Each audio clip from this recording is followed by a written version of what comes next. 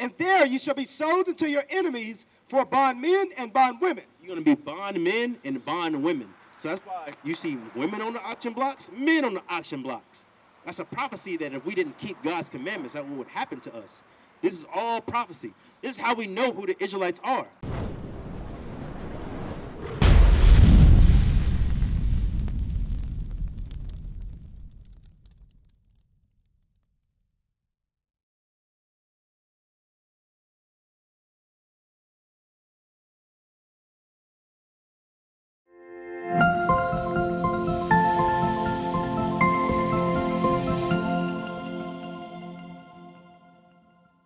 Exodus chapter 20, verse 8.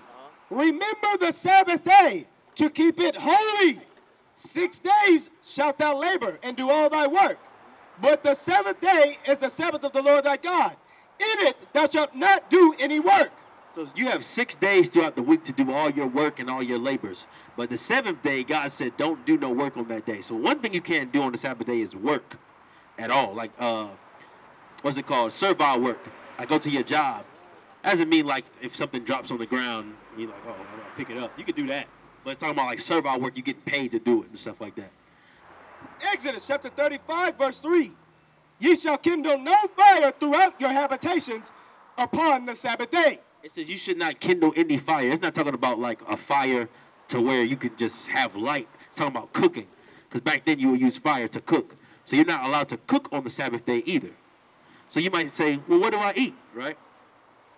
Well, there's plenty of times you eat and you don't have to cook the food, right? You know what I'm saying? You get a sandwich, you get a salad, you can even cook the day before and have it for the next day when the Sabbath comes. So you're not supposed to do anything because your body's not meant to take hot cooked food every day of the week. The same way that God said you get a rest, he gave your body a rest too. And you even read the scriptures about something called the year of Jubilee, right? Where on the seventh year you can't plant anything because the earth needs a rest. So everything needs a rest. So that's one of the main significances of the Sabbath day. You got the Nehemiah. Nehemiah chapter 10, verse 31. And if the people of the land bring ware or any victuals on the Sabbath day to sell, that we would not buy it of them on the Sabbath day. It said you're not to buy any ware or victuals on the Sabbath day, meaning you're not to buy and sell either. So on the Sabbath day, you can't go out to the store and go get something. You can't go out to go get some food or something like that. Because you're supposed to prepare for that the day before. If you wanted food, you're supposed to cook it the day before and lay it up for the Sabbath day. You're not supposed to work because you're supposed to labor 6 days and rest the seventh day. So you're not to buy and sell on the Sabbath either. So you're not supposed to work. You're not supposed to buy and sell. You're not supposed to cook. I'm going to be there to come see y'all boys. Okay. Did you ever hear that you was an Israelite before? Yes, sir, definitely. And that's where me and him connect. The other guy, and I told him that. I told him I was already an Israelite. You know what I'm saying? Yeah. Just a little bit of information as far as everything, but just trying to get more and see what Where'd you hear from? Huh? Where'd you hear from? Just a lot of places, just being around. You go to church, you grow up, and then you start questioning stuff. Yeah. And then you start researching and stuff on your own. And I found out like these are the real Israelites. You know what I'm saying? The real black people who was actually the first people. You got to whisper it. You feel me? No, not at all. And I got a camera on. No whisper. Yeah. Whisper, you know, but you just hear stuff and then you start learning. Okay, these are the real people. These people wasn't real. The Bible is some bullshit. You know what I'm saying? Whoa. Let's run it back. Not the Bible is some BS, right? The way they taught the Bible is BS. Now, I could understand how somebody might be reluctant to go into this because what you hear about it, you say, oh, well, it's been corrupted or something like that, right? That's not true. The way they taught it was corrupted. Our forefathers wrote this book. They wrote this. They took it from us and then retaught it to us falsely. Give me Matthew. Turn Matthew 24. You know what? I'm going to give you one example of that, right? I'm going to give you one example of that. Matthew 24 verse. Matthew chapter 24 and verse 24. For there shall arise false Christs and false prophets, and shall show great signs and wonders. It said they're going to arise false Christ, right? We've seen a false Christ, right? And that's what they taught our people in what? Slavery, right? Or even they taught our parents that, and our parents taught us that, right? Is that in the Bible? Is the white image of Christ in the Bible? Yes, sir. It is? No, not at all. It's not in the Not at all. so what does that mean? Does that mean that the Bible, something was wrong with the Bible? No, Or is there something wrong with how they taught it? how they taught it. How they taught it. Right. So give me Revelations 1. Let's see. You've heard this before, but I'm going to read it. I know, I can tell you've heard this before. Read it. Revelation chapter 1, verse 14. His head and his hairs were white like wool, as white as snow, and his eyes were as a flame of fire. So this is how they taught it, but that's how the Bible teaches it. So it's not the Bible that's the BS, it's how they taught it. And there's plenty of things like that. You celebrate Christmas? No. Did you used to before? Yes, sir. Yeah, we all used to do that before. Right. So do you do what holidays that you do now today? Just really, I'm gonna be honest, this is my birthday. But Okay. Seriously, well, I like Halloween. For instance. You like Halloween? Yes, sir. Do you dress up? No. You just like it. You want to get some candy. Yeah, I just like the day. I don't know why I just like Halloween, but I know it's a day full of spirits. Okay, but you get candy any day. Right. So why would you wait until the day of the dead to do it? You know what I'm saying? You can tell, you know that those days are not according to the scripture, and so you abstain from them.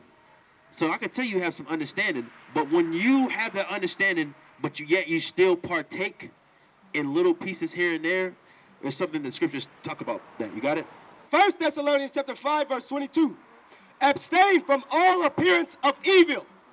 You have to abstain from the appearance of evil, meaning that it looks like you're doing Halloween when you go out and do that, right? You might understand, well, yeah, I know this is some BS, you know. I know it's the Day of the Dead, but if somebody who doesn't know sees you doing it, they're like, well, I respect this brother.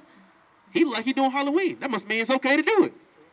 So that's why you can't partake in it at all.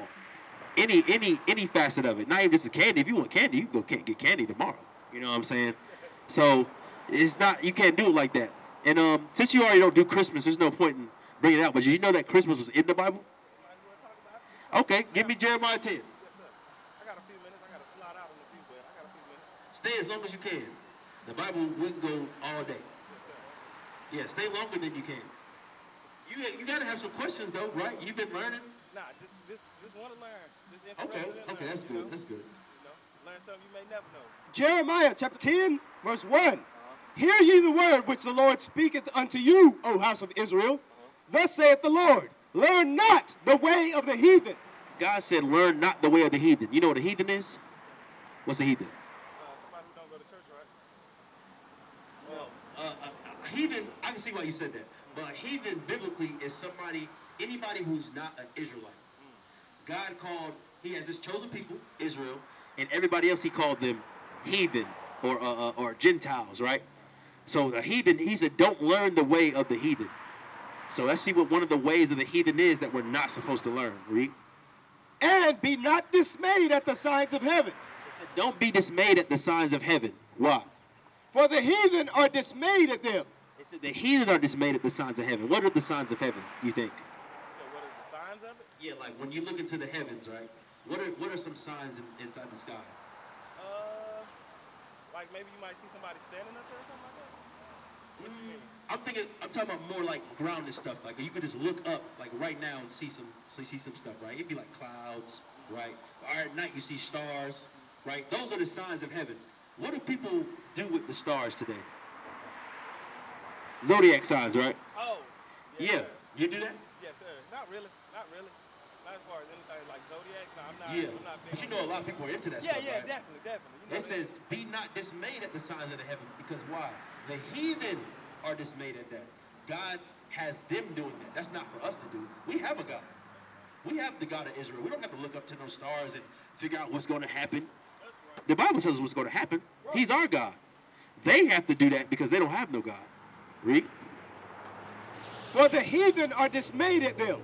For the customs of the people are vain. What does it mean when something's vain? So, oh man, I did that in vain. Oh, like to be like what's the word I'm looking for?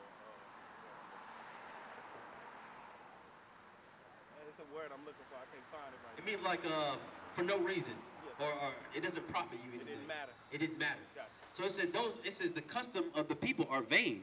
So the zodiac signs, they don't matter. It's not profitable to you. That's why God said don't learn it. He's gonna give you another custom they do. Read. For one cutteth a tree out of the forest. There's one custom where they cut a tree out of the forest. Read. The work of the hands of the workmen with the axe. They deck it with silver and with gold. They get the tree and then they put silver and gold on it. Read. They fasten it with nails and with hammers, that it move not. They get the tree, they cut it out the forest, put silver and gold on it, and then they fasten it on the ground so it don't move, so it can stay up. What that sound like? Think about something that people do today with a tree, and they put silver and gold on it, and then they fasten it so it don't move.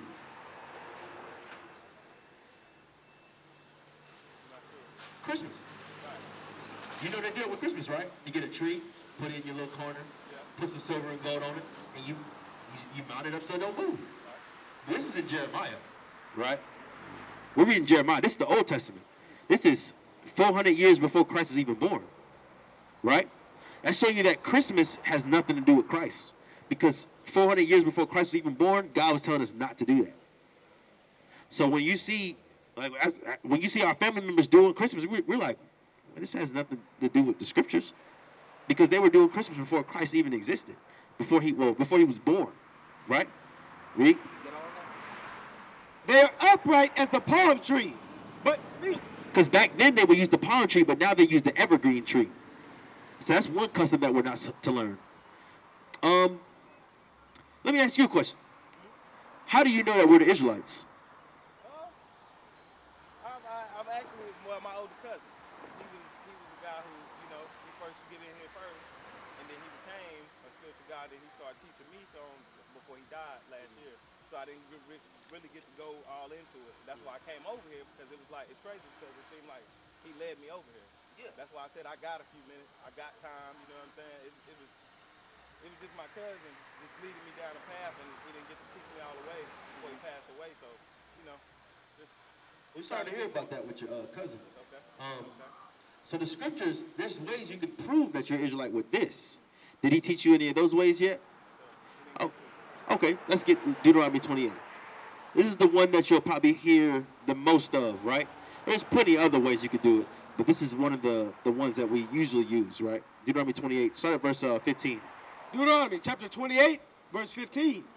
But it shall come to pass, if thou wilt not hearken unto the voice of the Lord thy God, to observe to do all his commandments and his statutes which I command thee this day, that all these curses shall come upon thee and overtake thee. It said all these curses shall come upon thee and overtake thee if we don't listen to God, right? You good? You need some water? Yes, sir, please. Yeah, get a bit of water. I see you kind of, a little. Trying to muster it up and keep going. Yeah. Hit the brother with some water. So God is speaking to the Israelites, right? And he says, if y'all don't listen to my commandments, then I'm going to put these curses upon you. So he's speaking to the Israelites. This can be anybody, right? Let's see if we can pinpoint who these people are. Because anybody can read this and be like, well, okay, that can happen to anyone. Let's see who's talking about. Verse 16. Verse 16. Cursed shalt thou be in the city, and cursed shalt thou be in the field. When you think about the city, right, and they say you're going to be cursed in the city, what people are cursed in the city? Black people. Why you say that? Because the way the treatment of us and how they put us out here and how they put crack in our systems and shit like that. Yeah, that's exactly right. They gun us down in the street, right? They put, like you said, they put drugs in our community. They put guns in our community. They promote single-parent households in our community. White right? officers who try to kill us. Yeah, exactly. That's how we curse in the city. Any officer, period. Yeah, any officer, right? But that's how they do that. That happens to the Hispanics too. Yes, sir. Yes, sir. Yeah. Read. And cursed shalt thou be in the field. How when you think of now you said it was so-called black people, right? And I threw the Hispanics in there too. But how would you say black people were cursed in the field? Just them trying to set rules and then trying to set us back as far as like let's say we have a gun law, right? Yeah. They'll make it so like, oh, the rules will change. Once we do everything we're supposed to do, then they'll change it up. And so on and so forth. Yeah, that's a good example. Think about historically, when our people were in the fields, how were they cursed when they were in the fields historically, like back then? Oh, the sun, picking cotton and shit like that. Slavery. Yes, sir. That's one of the curses. God said, y'all don't listen to me, you're going to be cursed in the city. You gave examples how the people cursed in the city. He said, you don't listen to me, you're going to be cursed in the field. Slavery. Blacks, Hispanics, cursed in the field. Slavery. Give me, let's go to verse 68. Verse 68. Verse 68. And the Lord shall bring thee into Egypt again. So you understand the history when Moses brought Israel out of Egypt, part the Red Sea, they walked through the sea, and they went to the promised land, right? God said, if you don't listen to my commandments, I'm going to put some curses on you. And one of these curses is, you're going to go to Egypt again, right? But what does Egypt mean? You got that? Let's see what Egypt means. Exodus chapter 20, verse 2. I am the Lord thy God, which have brought thee out of the land of Egypt, out of the house of bondage. Egypt means the house of bondage. Egypt is a Greek word, Egyptos, which means bondage. And it comes from the Hebrew word Mizraim, which means between two bounds, between two burdens. So it's like a bondage type word. They say, I'm going to bring you into bondage again. How? Deuteronomy chapter 28, verse 68. And the Lord shall bring thee into Egypt again with ships. I'm going to bring you into slavery again, bondage again, with ships. Who that happened to? Black people. Man, black people. Yeah. Brought us over here on ship. Yeah. Yes, sir. You know that was in the Bible? I didn't know that. Right. A lot of people don't know that. Why don't they teach us in church? There's a church on every corner Yes, almost. sir. But they don't teach this. There's a reason for that. There's a reason why they don't teach you that. Because they know that if you come back to your heritage, you go up. And when you go up, somebody got to go down. Right? Read on. It's going to get more descriptive for you. By the way whereof I spake unto thee, thou shalt see it no more again. We're not going to see our homeland again, and we're not going to see the old Egypt again. We're not going to see that anymore. So we know it's not talking about the actual Egypt. Read. And there ye shall be sold unto your enemies. When you get there, so you get on the slave ships and you go into slavery. When you get there, it said what?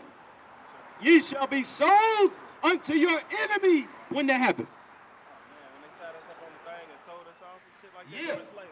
Yeah, this is prophecy. This was over 3,000 years ago. Read.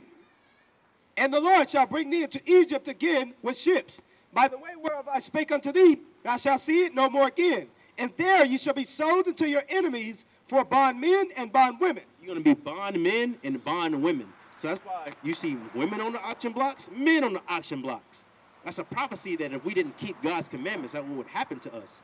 This is all prophecy. This is how we know who the Israelites are. Read. And no man shall buy you. It says, no man shall buy you. There's two meanings to that. When it says no man shall buy you, it's an old Quaker English word meaning to save you, right? Or it's also in the law, if you had a slave, in order to free the slave, you had to buy that slave, right? So God said, there's not going to be nobody to buy you. You're not going to get free from that. The curses are a sign. That's why we have to read them and figure out who the Israelites are. Because you can just say anybody's the Israelites, right? So, but when you read the curses, you say, well, who did that happen to, right? And you see that it happened to us, so-called blacks, Hispanics. Read verse 46. Verse 46. And they shall be upon thee for a sign and for a wonder. So the curses are going to be upon you for a sign and for a wonder. What does a sign do? Show you something. It show you something, right? Tell you what something is. We know that's Edward's Boys Barbershop because the sign said it, right? You know who the Israelites are because of the curses. Read.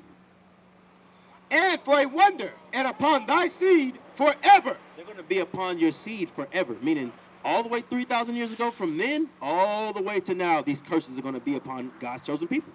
That's why you can look through any time in history, read the curses, and be like, them the Israelites, right? That's why we can look at history now in the present time and say, curse in the field, it's talking about us. Curse in the city, that's sons and daughters given to another people, sold unto your enemies, that's talking about us, right? What is a nation? Nation is family.